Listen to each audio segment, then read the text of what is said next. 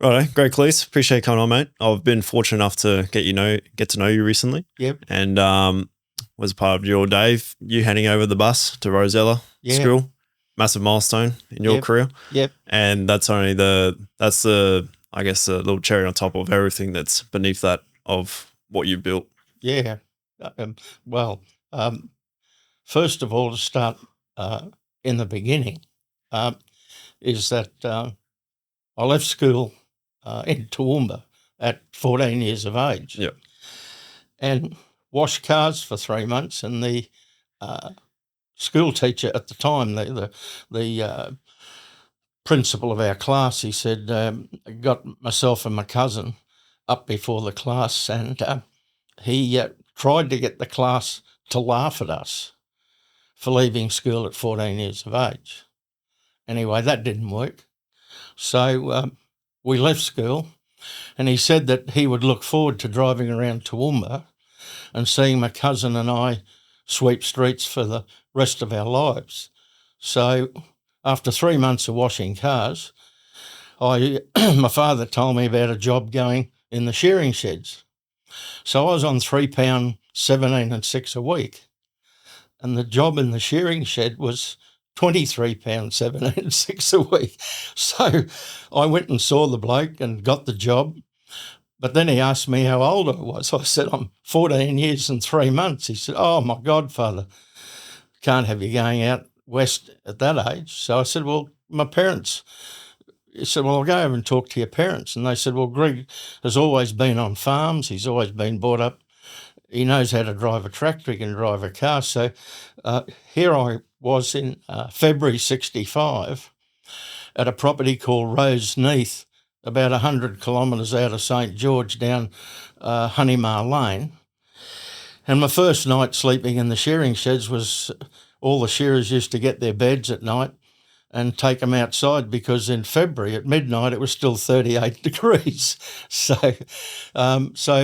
But after 3 days in the shearing sheds, my boss came to me and he said, you've got a job here with me forever. So, but I didn't know the 2 years that I spent working in the shearing sheds was such an incredible learning curve of what lay ahead in my life. It was unbelievable. And my mother used to say, look, I've got to ask you this, but when you're out in those shearing sheds, like we had 4 shearers, that's a 4-stand shearing shed. She said, so there's 10 of us in the shed.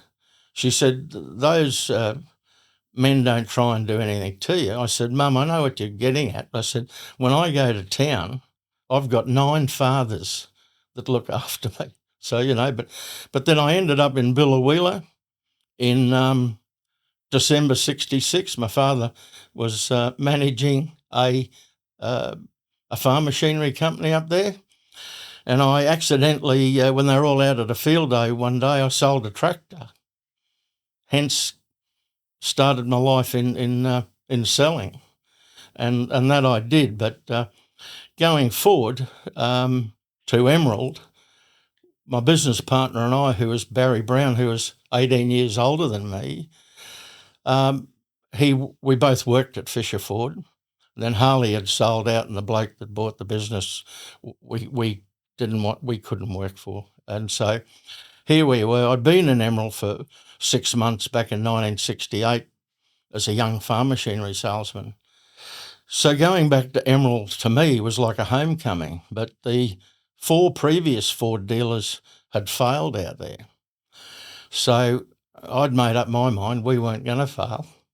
So we started Gem Ford in Emerald on 13th of August 1979 with 8 staff. And 1 year later, the day we started, we were 5th in the marketplace as far as penetration goes.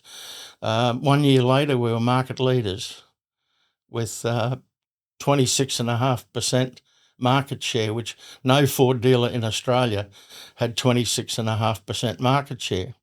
But it was during the 1980, early 80s, that I got to meet a gentleman called Jamie and Desley Rolfe, had a small electrical store, and they expanded it, and then they joined the Retrovision group.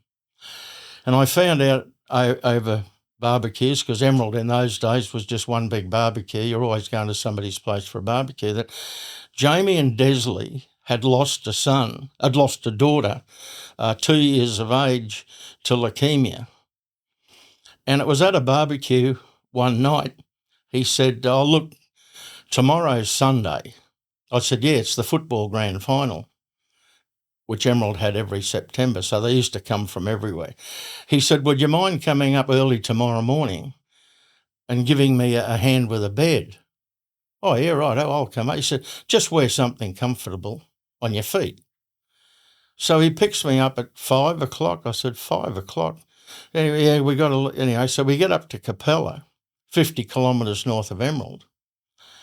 And I see these other people there that I knew. I said, "What are they doing here?" He said, "They're here to help us with the bed." I said, "How big is this bed?" He said, "Well, I actually told you a small white lie." "What?" "Come around the other side of this little bus we had there, and here's this old cast iron hospital bed on bicycle wheels." And that's where I started fundraising that day for leukemia.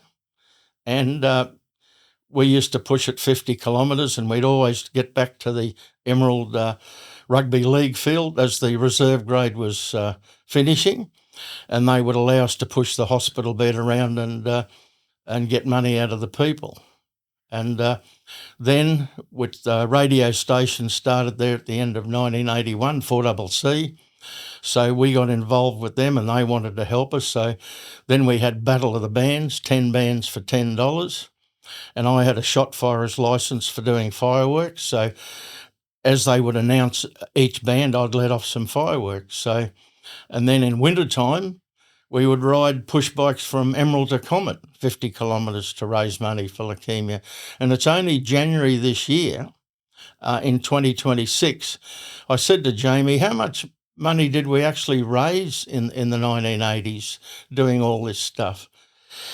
He said, "Each year I used to get a letter from Variety and from the Leukemia Foundation, and would be nice if you'd raise $15,000 for the year." But he said, "I used to send them a cheque for between $45,000 and $50,000 each year." So that's how I got started with fundraising for children. Then we shifted over here to Gladstone. We'd bought the Ford dealership here in 1988. I came over here permanently in January 1990. And I thought, well, I need to get involved in the community.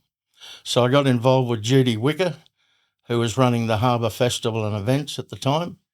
And I used to do the fireworks displays there. And during that time, I got involved in other things in the community, which now has been 36 years involved in community activities. And Variety started in 1990 by 4 Ford dealers who were mates of mine in southeast Queensland. And today there's only 2 of them left alive. And the first car bash in Queensland started in Mackay and went down to the Gold Coast. But it called into Emerald here. So we opened up our workshop one afternoon to repair the cars because they weren't that reliable in 1990. And I got bitten by the bug of wanting to be more involved with Variety, and I have been ever since. So 1990, so Variety itself is 36 years too. Is that correct? In Queensland, yes. In Queensland, right. Is it? And it's now nationwide. It started in It started in 1985 by Dick Smith and Paul Hogan, who it originated in America back in the 1920s. But Dick Smith got in touch with all of his rich mates and said, "We're going to go for a drive out west, but you can't take all your Mercedes and Jags. You've got to go and buy a car that's at least 30 years old. So they did. And that was the first bash ever in Australia, was Dick Smith and Paul Hogan in 1985 in Australia. Yep. Yeah. And it's grown from that. It's gone from state to state. It's in every state of Australia. Yep. And the Northern Territory, and it's just a wonderful organisation. 100%. Yeah. Yeah, it's definitely a well organised engine. I was a part of the Variety jet trek in 2023 from Batesman Bay to Coffs Harbour. Yep. On the jet skis. So, and being a part of that, every night they had the dinners, and they brought on the kids that we were supporting and raising money for, and it was just like it was such an experience. And my parents have been part of it since I think 22, and they're going on to, I think it's Townsville to Mackay this year on the jet skis, and it's just like what they get over to, the people you meet too who are just there trying to raise money to such a good cause, and it's something that you're really passionate about and emotional about because of, I guess, the experiences you've had and the people you've met yourself. Well, the reason you get emotional about it is that over these years, money that we've raised for children, unfortunately, some of them have passed away, but you never stop thinking about them or the parents. It's like the Rosella Park School. Is that here in Gladstone that we just raised the money for the 100,000 for the bus. If you go up to the school and you see the 100 children that go to that school, and you look at the parents and you look at the teachers, and you look at Jeff Miller, the principal, they're just so passionate about what they do, and it rubs off on you like two-way street, and it just gives you more fuel. It puts more fuel in my fuel tank to just want to keep doing it. It's such a big thrill after running 3-4 dealerships with a business partner, employing up to 90 people.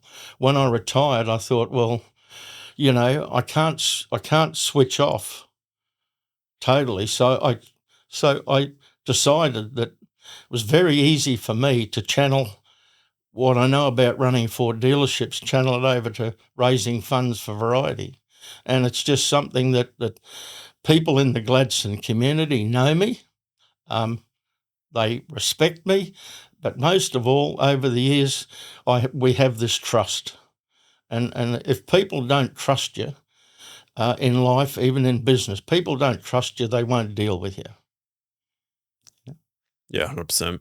And they're the kind of the core foundations of why you've become so successful, I guess. Well, as Peter Caroni said at the bus handover, he was the mayor from 1994 to 2008. He was mayor for 14 years. When the Gladstone City Council, it was called then, gave me Citizen of the Year in the year 2000, it was his words in the newspaper, which I'd never heard used before, but he said, Greek Klease has turned fundraising into an art form. So I never looked at it that way before, but if it is an art form, well, yeah, fine, but there are no books to read. He's good with his words, isn't he, PC? Yeah. 100%. Well, like, even go into that more, mate. So, like, when you got into it at Emerald in 1990, where'd you start getting more involved? How were you? In Emerald, I got more involved with Jamie by, like both of us used to advertise with 4HI, the radio station, and John Foley, that was the manager of the radio station, he was very community minded. So they used to give us a lot of ads for no cost, but in exchange, because we used to advertise our businesses through them. But and it was from seeing what the money could do, going down to Brisbane and the accommodation, because they proved beyond doubt that if parents can be with children when they're receiving treatment in Brisbane for leukemia or anything, the children respond a lot better to treatment if the parents are there with them, which is common sense. So where we saw the money we raised for the Leukemia Foundation being spent in Brisbane on accommodation for people from outlying centres in Queensland to come down there with their children for treatment, that just made you want to get more involved and do more, I've definitely seen parts of that, of obviously having Tony Ward in our club. He does all the fundraising for Ronald McDonald House. Yes. So, and seeing bits and pieces of that, of what that dynamic looks like, housing the kids and the families so they can go to the rural children's hospital there Yes. in South Bank. And just seeing that too, just like the importance of having that running for the children, having that support there, that network to get them through that tough time. Well, you can never do enough. And the car bash each year in Queensland raises somewhere between 1.3 and 1.6 million. The four-wheel drive adventure that I go on is only every 18 months. We raise anywhere between 400 and 700,000. And it's just amazing that you get to meet other like-minded people. Like usually in most of our four-wheel drive adventures, there's anywhere between 40 and 70 four-wheel drives. And listening to the people who are everyday working people, of how they raise money, listening to other stories. Everybody is so passionate about it. And when we go away every 18 months, it's always very uplifting listening to the stories of how other people raise money, but they're so passionate about it. Like it's just absolutely beautiful listening to the stories, And, on the four-wheel drive adventures, of course, we have fun.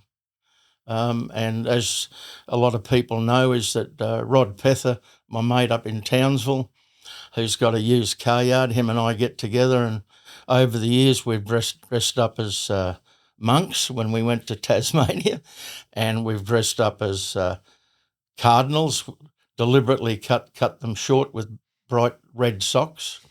And we had a bra cut in half and put that on our head when we did the Mission Beach to Darwin. And predominantly we dress up as convicts, which going into places like Cooper Pedy and some of those other places in Australia, when people see two convicts walking up the footpath, it's always gets the attention. But it's all the enjoyment of raising money for children. Yeah, 100%. Well, go back a few layers. Like you said, were you born in Toowoomba, as it was? Yes. So born and raised in Toowoomba? Yes, but I started school in Nambour. My father actually, in 1955, my father was selling farm machinery for the Ford dealer in Toowoomba. So yeah. I guess looking at that, you kind of have business born in your blood, or sales born in your blood, and you got it from your old boy. Well, I don't know.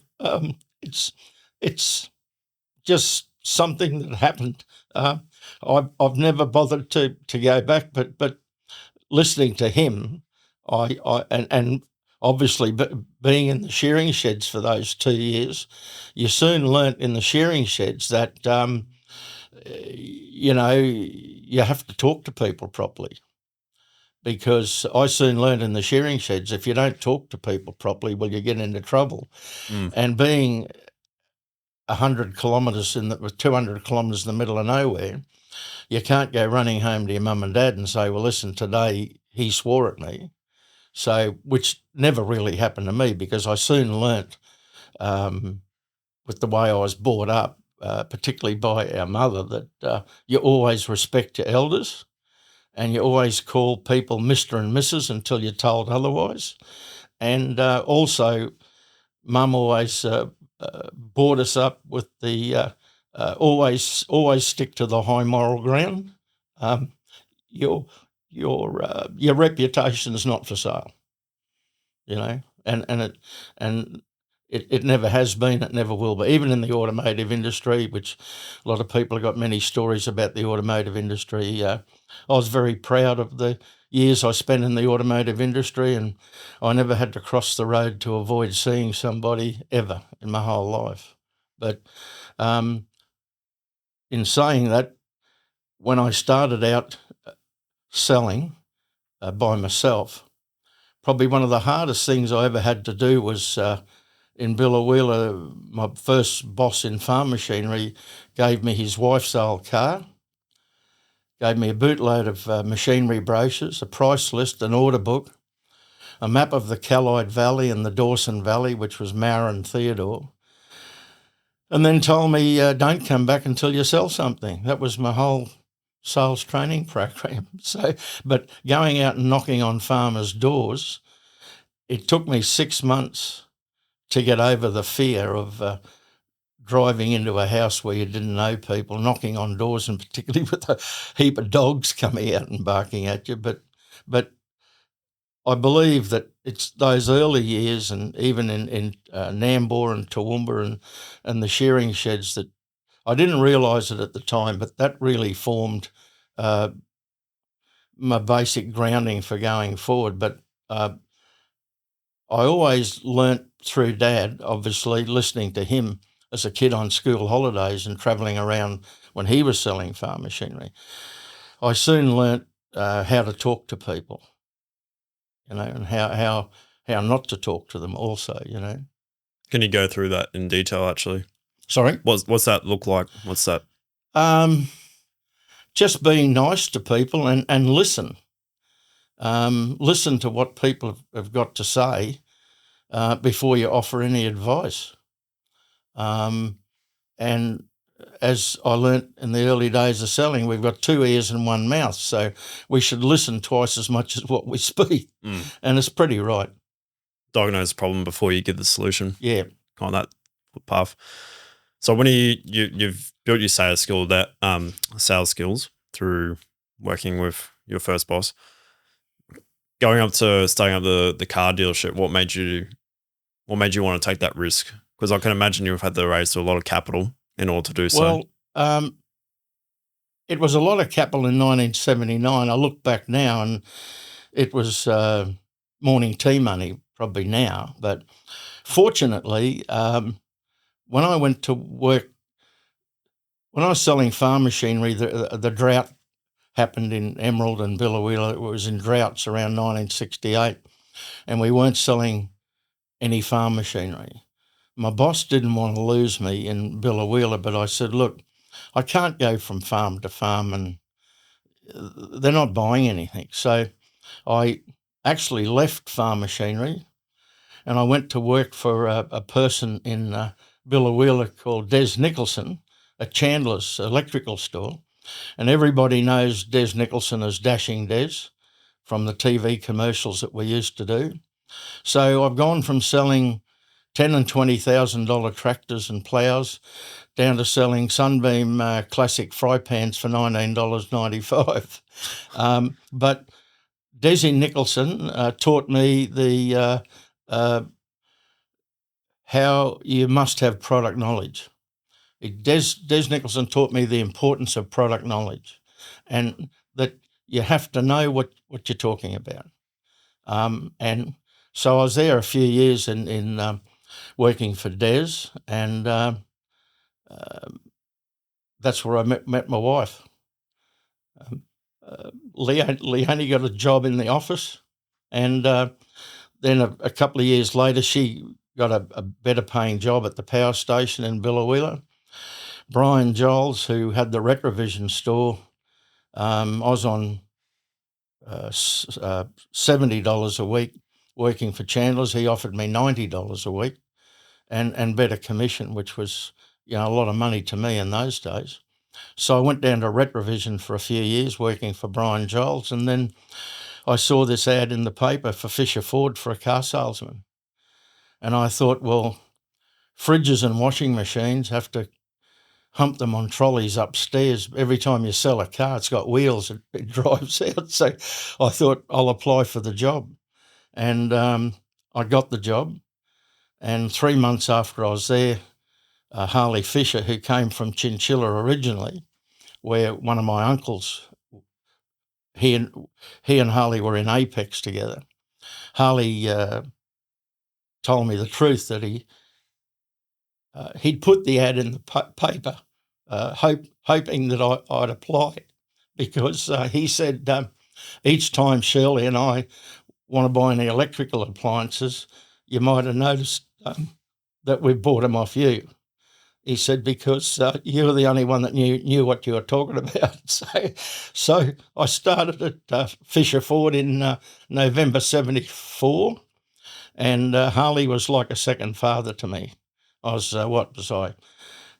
24 years of age, and he was 6'7", a very powerful man as far as his character went, but was a brilliant teacher. And the business manager was Barry Brown, who came from Chinchilla. And Barry and I, we worked there from 74 to 78 when Harley Fisher sold out. And then the person who bought the dealership off Harley, he made me sales manager of one salesman. But the thing that Harley said to me the last day he was in business, which was the last day of June 78, he said, son, he said, I'm totally convinced that one day you will definitely end up with your own Ford dealership. You have to.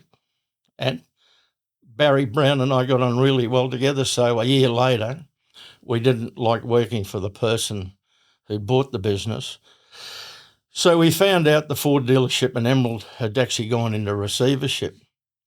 So we approached Asanda Finance, and they actually rang Harley Fisher, who'd been retired, and they also rang Ford Motor Company. And unbeknownst to us, they all agreed that if Barry and I were to team up, him doing the business management side and me doing the selling, would be a wonderful combination. And so I sold our house in Biloela, and Barry had more money than me. But I tell the story that the first day we opened the business in Emerald, Leonie and I had $60 in the bank. And somebody said to me, so when you own a Ford dealership and you're not getting paid commission, what incentive do you have to sell cars? I said, well, it was easy. I said, when you got $60 in the bank, well, you better get out there and sell some cars quickly. And that's exactly what we did in Emerald. And the people in Emerald liked us, we liked them, and Barry and Eva were very community-minded, the same as Leonie and I were, and over the first 12 months, it worked. It just took off, and as I said, all around Australia in those days, Commodore was outselling Falcon. Well, it did for a while in Emerald, but then Falcon outsold Commodore and Emerald for the next 11 years. And when I left to come over here to Gladstone, Falcon was still outselling Commodore. There you go. Yeah. So you started up as a partnership. Yes.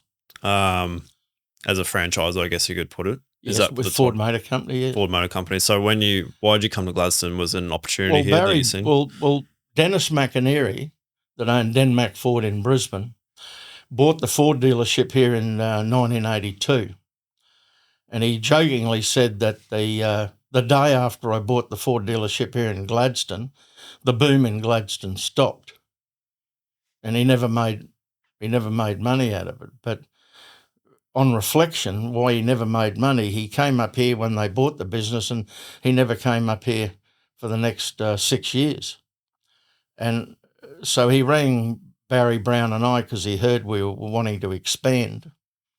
And we actually wanted to buy the Ford dealership in Biloela where we started, and Ford wouldn't allow us to buy it because they said, no, you can't have joining market area, PMA, prime market areas.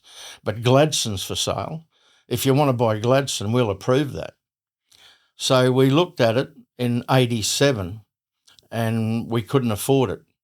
So then Dennis McInerney rang back a year later and said, well, I want out of it. I just want to get out of it. I hate the place.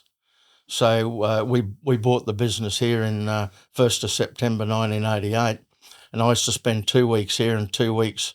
Anyway, this place here started to perform, and it required more energy, and so that's when I decided to shift over here permanently in 1990.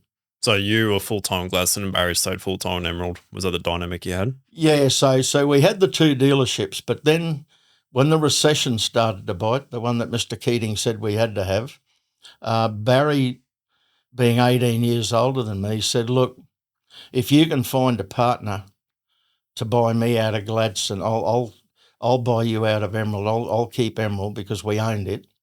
And so I had a mate that used to be in AGC Finance and actually was working with us, Mark Clark, and his father and mother had just sold Alawa Stud at the bottom of the Banana Range between Biloela and Marra. So Mark's parents loaned him the money to buy Barry out. So we Mark Clark and I formed a partnership, and as a result, the first 2 years here, this place was called Gem Ford Gladstone.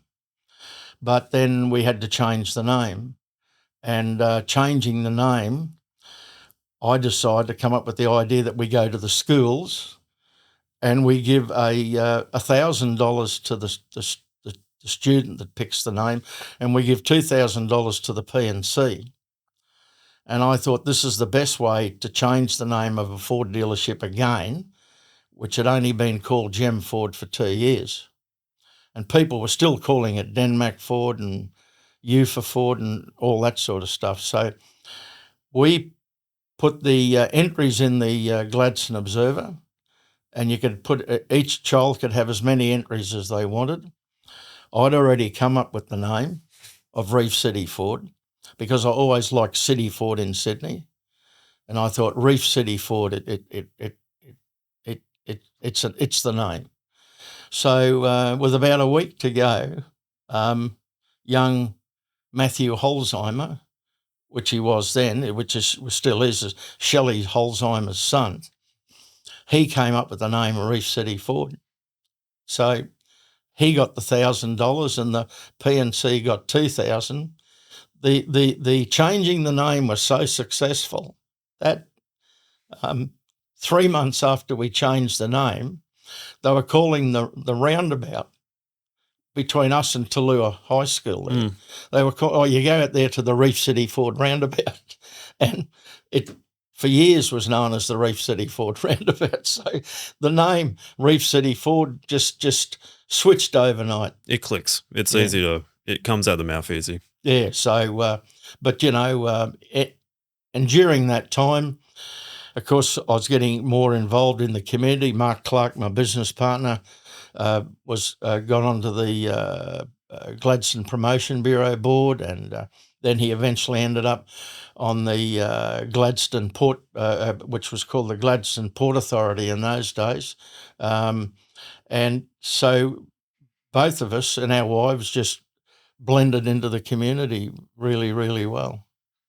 Yep. And once again, people trusted us. Yeah. So how long were you operating your business?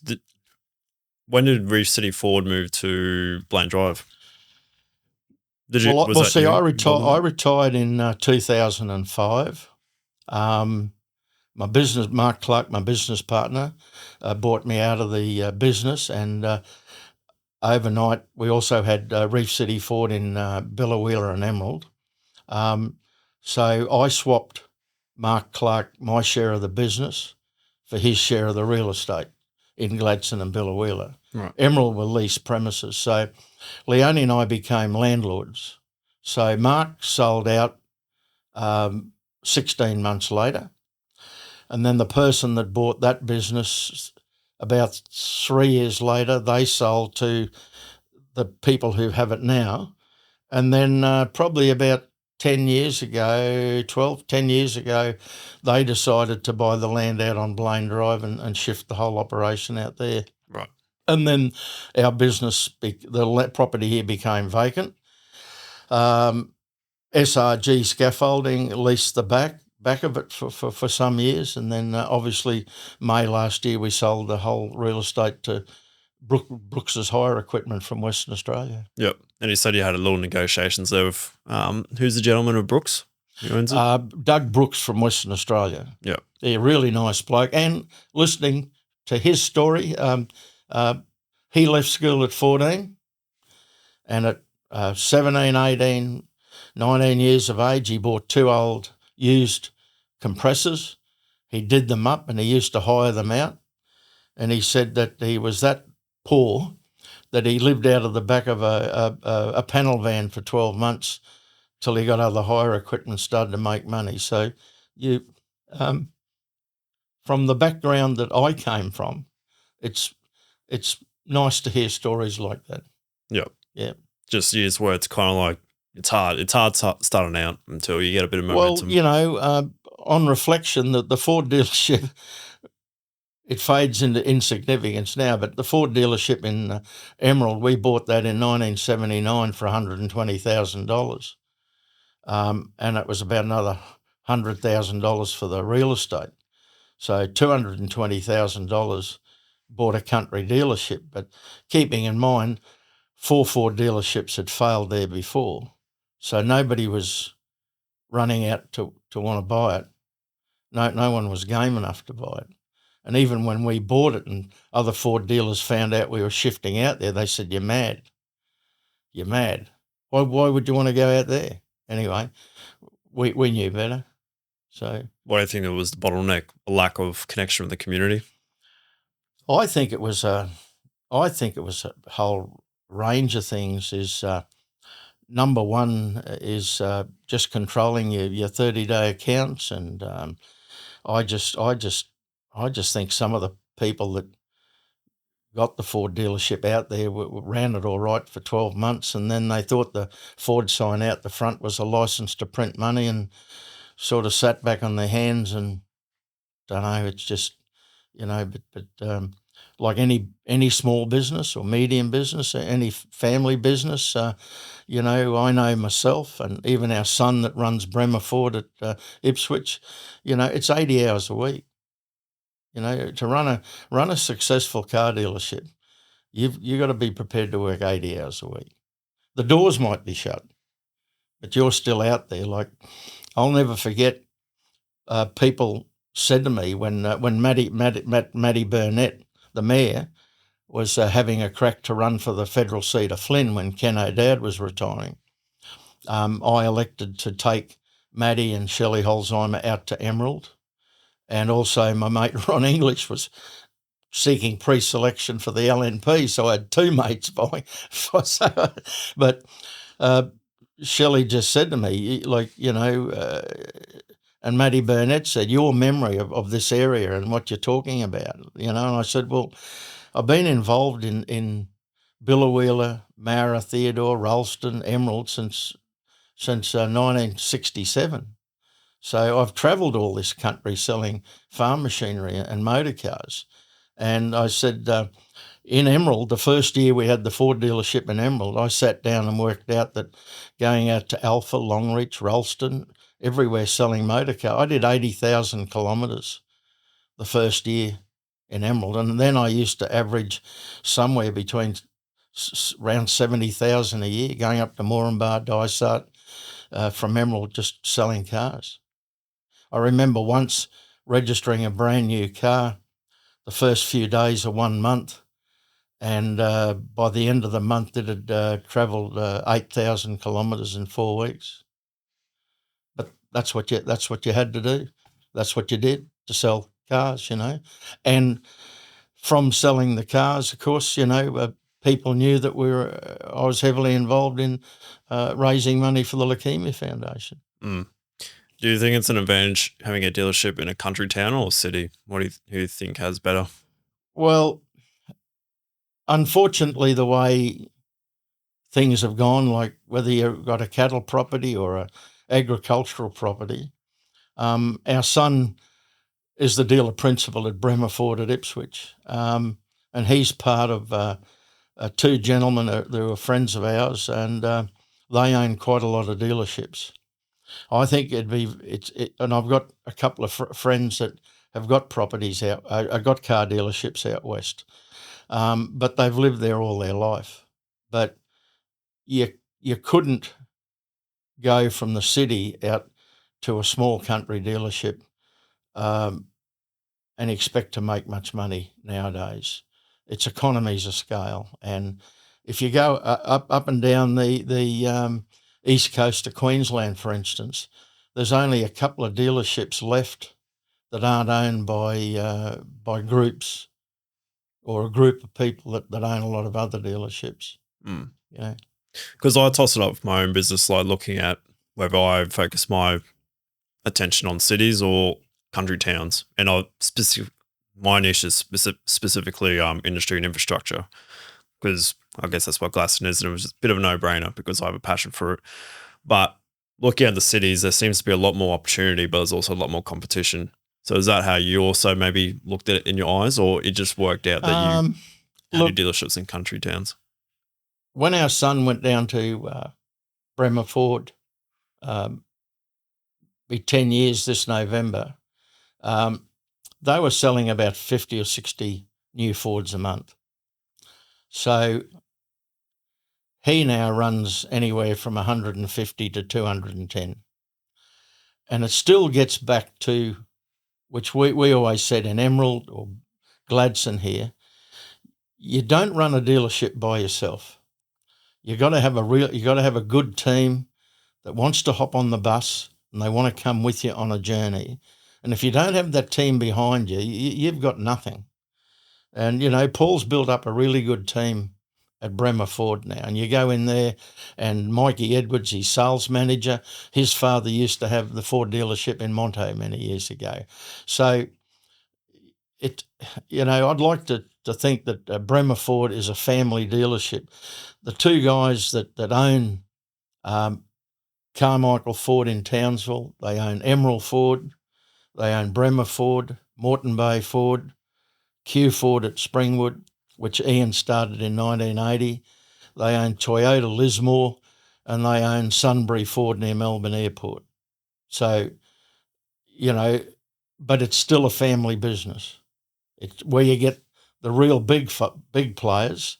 They're on the share market. You can buy shares in them, but it doesn't matter where you work for them. You still pay number 17654, but where the company that Paul works for, it's a giant family business, but starting at the top and filtering down, it's still got that family atmosphere, and that's what a lot of people like to work for.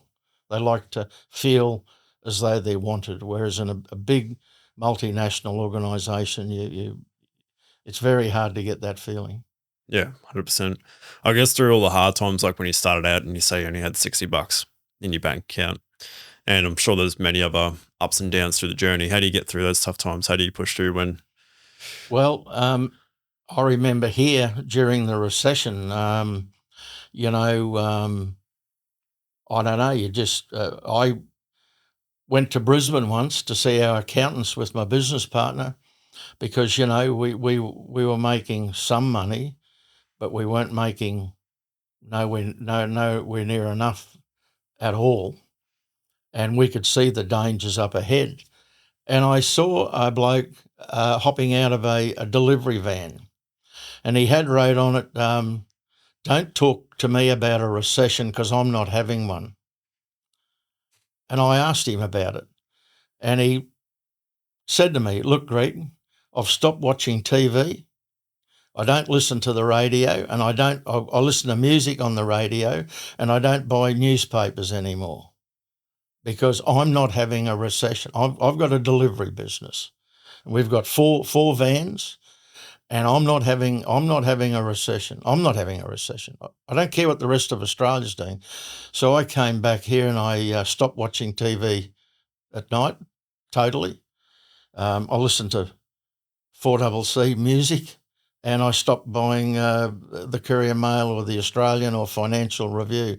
I stopped buying them, you know. And at the time, we needed 2 new salespeople. So one person applied for the job who had previously worked out at Emerald in 1968. And he was a good salesman, but he was an alcoholic. And he said, Greg, I promise you, if you give me the job, I'll stay off alcohol for 1 year and I'll sell a lot of cars for you. And there was a lady in Gladstone here that had been put off from a real estate business. And she told me it was because of her age. She knew nothing about motor cars, not a thing. So I gave both of them a job selling used cars. And they sold so many used cars in the first 30 days that I actually had to go down to Brisbane and find some more because we weren't trading in enough. So I always learnt what Harley Fisher said to me. And when times are tough in car dealerships, a lot of people cut staff. Well, if you're going to cut staff, cut the non-productive people, but don't cut salesmen. Actually put more salesmen on. So that's what I did. I put 2 more extra salespeople on, and it worked. It worked. But in answering your question, you find when it's your money and it's your business, you find that you just keep digging deeper. You force yourself to perform because what's the alternative? To go bankrupt. Well, we don't want to do that. So fortunately, also in Gladstone, a person that worked with me in Emerald and left us and actually came over here to work, he's here about 18 months before we bought the business, said to me, he said, one thing you'll find about Gladstone, Greg, when Australia's having a recession, Gladstone will be booming. And then when Australia's booming, Gladstone will be having a recession. And he wasn't far off the mark because in the 1990s, all the manufacturers, every night on TV was just flooded with car ads, discounting. And it got to the stage where there was that many ads on TV promoting motor cars that I don't think anybody could absorb it. But we used to work long hours and dug deep, and we had a fantastic team of people here.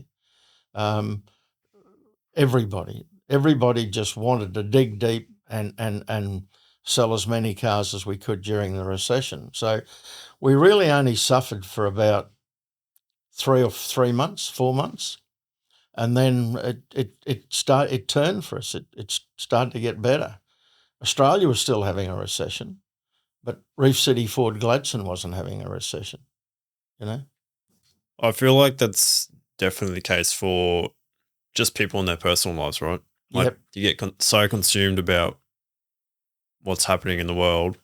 Don't get me wrong, it's good to be aware. I think awareness is important, but I think people get too sucked in by it, and it honestly drains themselves, and it makes them even shitty, like in their emotions, and they interact with other people, and just like your perception on life in that manner of time. And it's been a tactic that I've tried to do is by cutting off the noise in a way. Yeah. Well, I still say to young people that are going into the selling profession, it doesn't matter what they're selling, you're still selling. The only thing that changes is the product you're selling, whether it's real estate, motor cars, electrical appliances, furniture. You're still a salesperson. You're still dealing with people that have got 2 ears and 1 mouth, and nothing changes except the product that you're selling. And I've always stipulated that if people don't trust you, they won't buy off you. You know, but they have to trust you first, and you've got to build that trust in the community. Even like raising money for Variety, people in the Gladstone community, they wouldn't, or the Rotary clubs and all the other people who donate money to Variety, they wouldn't donate that money unless they trusted me. So you've got to build up the trust. But by building up the trust is that, like when I worked at Fisher Ford in Biloela, I was proud to go up the street and tell people that I worked for Harley and Shirley Fisher at Fisher Ford. And that's what we had a team of people here at Reef City Ford in the years that I was here, and in Emerald with Gem Ford, is that people wanted to get out of bed of a morning and come to work with us. And unless you've got that atmosphere in a business, you really don't have much, you know. As a salesperson, how do you build trust with someone in 5 minutes when you don't know each other? I think it's the way you present yourself. I think it's the way you talk to people. It's the way you answer their objections. And it's just that you don't have to go to university, but you pick up feelings from people. It's that two-way street of feelings, and people. The first 60 seconds, where the customer comes in to buy something, in that first 60 seconds, they will make up their mind whether they like you or not. And that first 60 seconds is so important to build up the trust. And then, of course, once you sell somebody, in my case, once you sell somebody one car and you do the right thing, well, they'll tell a few. But if you do the wrong thing, well, then they'll tell 100. So you just got to keep doing the right thing. Do you think objection handling is one of the biggest attributes to becoming a successful salesman? I think handling objections with a genuine answer and genuine problem solving, because if you start answering questions and you're not telling the truth, you'll get found out very, very easy. And as I say, overcoming objections is very easy if you listen to the person properly. And as I say to people, is the more in the automotive industry, the more cars you sell, or the more cars people buy off you, well, then the more you'll learn how to genuinely overcome a person's objections or what their concerns are. I've often had people walk in to buy a certain type of car and walk out with something totally different, because I've listened to what they've said, and then realised, well, hang on, you don't really want this one. You really need that one to do what you want to do with it. You really need that car. And that's the customer that really thanks you, because they say, well, we went in there to buy this, but Greg suggested this one and we bought this one, and this one's the right one. This is the one we should have bought, Yeah. As you I guess the principal holder of the dealership, what were the core things you focused on, or what did you focus on? Well, everything from the car cleaner right up to the financial controller. It's like a miniature city. I used to say you're probably no different to Mayor Matt Burnett of the Gladstone Regional Council. In a car dealership, you're in charge of supply, you're in charge of electricity, you're in charge of all these departments. And in a car dealership, you've got new and used car sales, you've got parts, and you've got service there, and finance. They're your 5 profit centres, and you've got to get them all to fire. It's no use selling a lot of cars and having a workshop that's not performing, and it's very hard in a car dealership if you've got a bad reputation for a poor service. It makes it so hard for the salesman out the front to sell a motor car if your service department is not good. Is service like one of the core, I guess, ways to monetize a dealership? Sorry? Having a service, the service section, is that one of the core ways to monetize your dealership as well, as second to the actual selling of the car? Well, it is, because your service department leads to so many different other avenues. Like, I'll give you an example, is that at Reef City Ford here, we came up with the idea that the 3 big factories in town here were servicing their cars on site. And I had a conversation with a person one day and said, would you be interested if I can prove to you that we'd be better off to service those motor vehicles than you service them on site yourself? And they said, how would that be? So it took 12 months and we put a proposal to this big factory in town, and they said, okay, we're going to give it a go. We'll give you half of our vehicles. So half of the vehicles was about 15 vehicles. So we started servicing 15 vehicles and we agreed on a labour rate. We also allowed them access to come into the time clock so they could see when we clocked on, clocked off. And we sold parts at cost plus a percentage, and we showed them all the invoices for all the parts. So after about 6 months, they rang us up and said, well, you can have the rest. So that was about 30 to 40 vehicles. So then another member of that company rang up and said, well, listen, we've heard what you're doing with them. Can we do it? Can we have it? And then the third company, being associated, we rang up and said, well, hang on a minute, can we have it? So we ended up with 120 vehicles in our service department here. Each vehicle had to come in every 13 weeks, unregistered, these vehicles, because they're just driven around the factories. Each vehicle had to be roadworthied, cleaned, and any headlights or taillights that were broken, whatever, replaced. And up until when I retired in 2005, we had 4 mechanics in the workshop out the back of Reef City Ford that were just doing what we call factory vehicles. And it proved to be a very good profit centre for us. Yeah. So I guess like you kind of went outside the box in a way you could run your dealership compared to what a standard dealership would kind of run their operations. I suppose it's based on, like, when I came over here, you know, I was 40 years of age and I started selling it. It's the day I turned 17. So I'd had, you know, like 20 odd years experience behind me, and I'd seen a lot of dealerships fail, and I knew how they'd failed, why they'd failed. And the reason they'd failed, it wasn't to do with the customers. It wasn't to do anything with the area where the dealership was. It was to do a lot with their own stupidity. And once again, some people go into business, they run it okay for 1 year, maybe 2 years, then they think, oh, well, I'm well off. So then they go and buy the big multi-million-dollar boat or something, and you just send the wrong message to your customers. And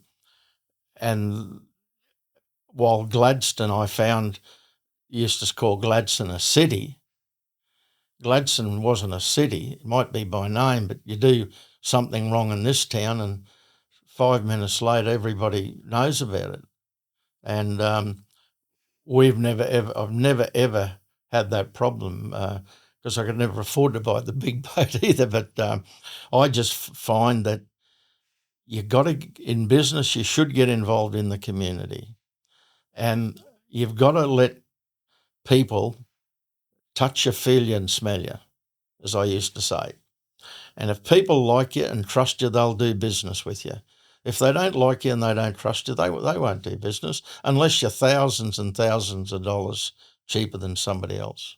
But the 36 years that I've been here, it's been based on trust, and it's been based on, when in business, just doing the right thing. I've had, you know, some customers come in at times and have said to me in my office, so you're the bloke I want to see. You know, well, I'm not real happy. I said, well, what's wrong? And then I'd simply say, well, here, you drive my car. I'll take your car off you now, and we'll fix it, and I'll drive it before you get it back. And, well, I'm not paying any more money. I said, no, I'm not asking you to pay any more money. the object of the exercise, we've got to fix your car and fix it and hand it back. And then I've even had people come in and say, well, today I came in here and I was going to, dead set, I was going to punch you, but you've just stolen all that anger out of me by taking the car and giving me a loan car and saying, we'll fix it. And don't worry about it. We won't be charging you for it, but we'll fix it. And the object in the automotive industry, I've always said in life was, I learnt was fix the car first and then worry about who's going to pay for it later. But fix the car first. Yeah. To wrap it up, I guess 2 things. What's the future for you in Variety and fundraising? And then for anyone who's either starting out their own car dealership, a small business, or they've been in business for years, what do you think you tell them for the future?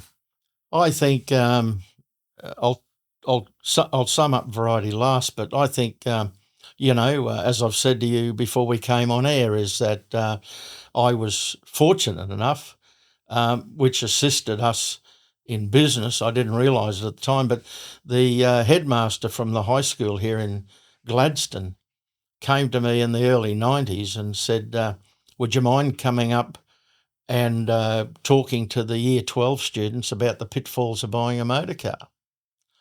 So I went up and went up a couple of times to cover all the students in year 12, and it proved successful in what I was teaching them. But then over the years I changed it and added in about, I used to explain to them about leaving school today or tomorrow, you're going out into the outside world, is you need to gather all your tools that you've learned at school, all the knowledge that you have, and tomorrow you must start climbing Success Mountain. And I eventually got invited by Ray Johnson, who was the principal down at Tannum High, and Ken Mitchell, I think, was the principal at the Tannum State School. I used to go there at the end of every year and give speeches to all the students. But it was Ray Johnson who invited me the first year. I went down to the Tannum High School. I deliberately always get there half an hour before you should be, so you can pick the feel of the room, as I call it. And I saw all these parents coming in with the students, and I thought, wow, this has never happened before. So, and Liz Cunningham was our state member for Parliament, and Paul Neville was the federal member for Hinkler, which Gladstone come under the federal seat of Hinkler in those days. And Ray Johnson called me up first to speak, and I spoke about climbing Success Mountain to all the students and their parents that were there. And when I came back down, Liz Cunningham and Paul Neville both said to me, are we supposed to follow that? Like, where the hell did you get that from us? Over the years, I've just made it up. And it wasn't until my brother was living in Emerald, came over a month or so later, and he said, listen, did you give a speech at the Tannum High School some weeks back? I said, yeah, I go there every year, Why is that? He said, oh, some friends of ours were over that work in the coal mine with me, and they went along and they listened to you give the speech. He said, and he went out of that room that day and he's changed a few things in his life of what you said that day. I said, well, it worked, and I've got letters at home from young people in the 90s who wrote me letters and thanking me for that day. But then they've also wrote me letters 5 and 10 years after saying that we've started up a small business and what you said that day is what we're doing, and it works. It works. So I say to anybody out there listening to this, if I believe I have a responsibility in the community, is that if people are starting a small business or they're running a small business, even people in sales, it doesn't matter what you're selling. If you want to come along and pick my brains, well, I believe the community has been so good to me over 36 years. In Gladstone, Biloela and Emerald, I believe I have a duty to put back in the community. And if I can help young people get ahead, well, that's what it's all about, because people saw things in me when I was in the shearing sheds or 16, 17. People saw things in me that I couldn't see in me, and they gave me a go. And Mum always said that when you go and work for somebody, always do a little bit more than what you're supposed to do, right? And that's what I've always done. Even when I owned a business, you always do more than what people think you would do. Like just this week, I went to a place in Gladstone, and I got served by a young lady who I call gave me the wow factor. I call it the wow factor. You go into a lot of businesses and people do their job. They do a good job, but it's the person that goes that little bit extra over and above and beyond that gives me the wow factor. And the wow factor is if I was still in business today, I would go and offer that person a job to come and work for me because that's how much they impress me. A young lady this week gave me the wow factor, and it was something simple, but she gave me the wow factor. I went and bought some flowers. I took them back and gave them to her. She said, wow, nobody's ever done this to me before. I said, no, but you need to know from me that you just keep doing what you're doing and you will be successful. And I gave her a Variety card and said, if ever you wish to leave where you're working and go on to bigger and better things, you just make sure you put me down as a character reference. Because I said, you've got what it takes, But as far as variety goes, I think with variety is that just keep doing what I'm doing. I get so much fun out of it internally. And even Rod Pether said to me when we first went away on the first four-wheel drive was Charleville to Barossa Valley through the Simpson Desert. And when we finished it, I was disappointed that I thought we got to wait 18 months to go on another four-wheel drive, which is what we do. He said, why is that? I said, well, I could go on another four-wheel drive adventure tomorrow. So I just love doing what I'm doing, and that's the only way to describe it. I just love doing what I'm doing. And some children that Leonie and I helped in Rockhampton 6 years ago, brother and sister, both had autism, and the mother applied to Variety for what we call a scholarship grant, which is $5,000 for the year. So Leonie and I paid that money for the brother and sister. They were 12 and 13 at the time. And that was in a March. With the money that we paid for acting, singing and drama lessons. In October, the parents invited us up to the Pilbeam Theatre. The son was playing Pinocchio, and their daughter had a lead role in Shrek, the stage play Shrek. And to see those kids on stage that were so shy in March that you couldn't get boo out of them, to see them on stage, it was so impressive. My wife and I paid another year for them to get more training and so forth. They're both now, the daughter has just come back from Melbourne on a grant. She was down there for over a year, advancing her acting, singing and drama. And both of them, both of them can sing so beautiful without any music at all. So when you see things like that, all as I say, it just keeps adding fuel to this fuel tank, and it just makes you want to keep doing more. And variety just suits me down to the ground. It's as Leonie jokingly says, I married Greg for better or for worse, but I didn't marry him to be home for 52 weeks of the year just yet.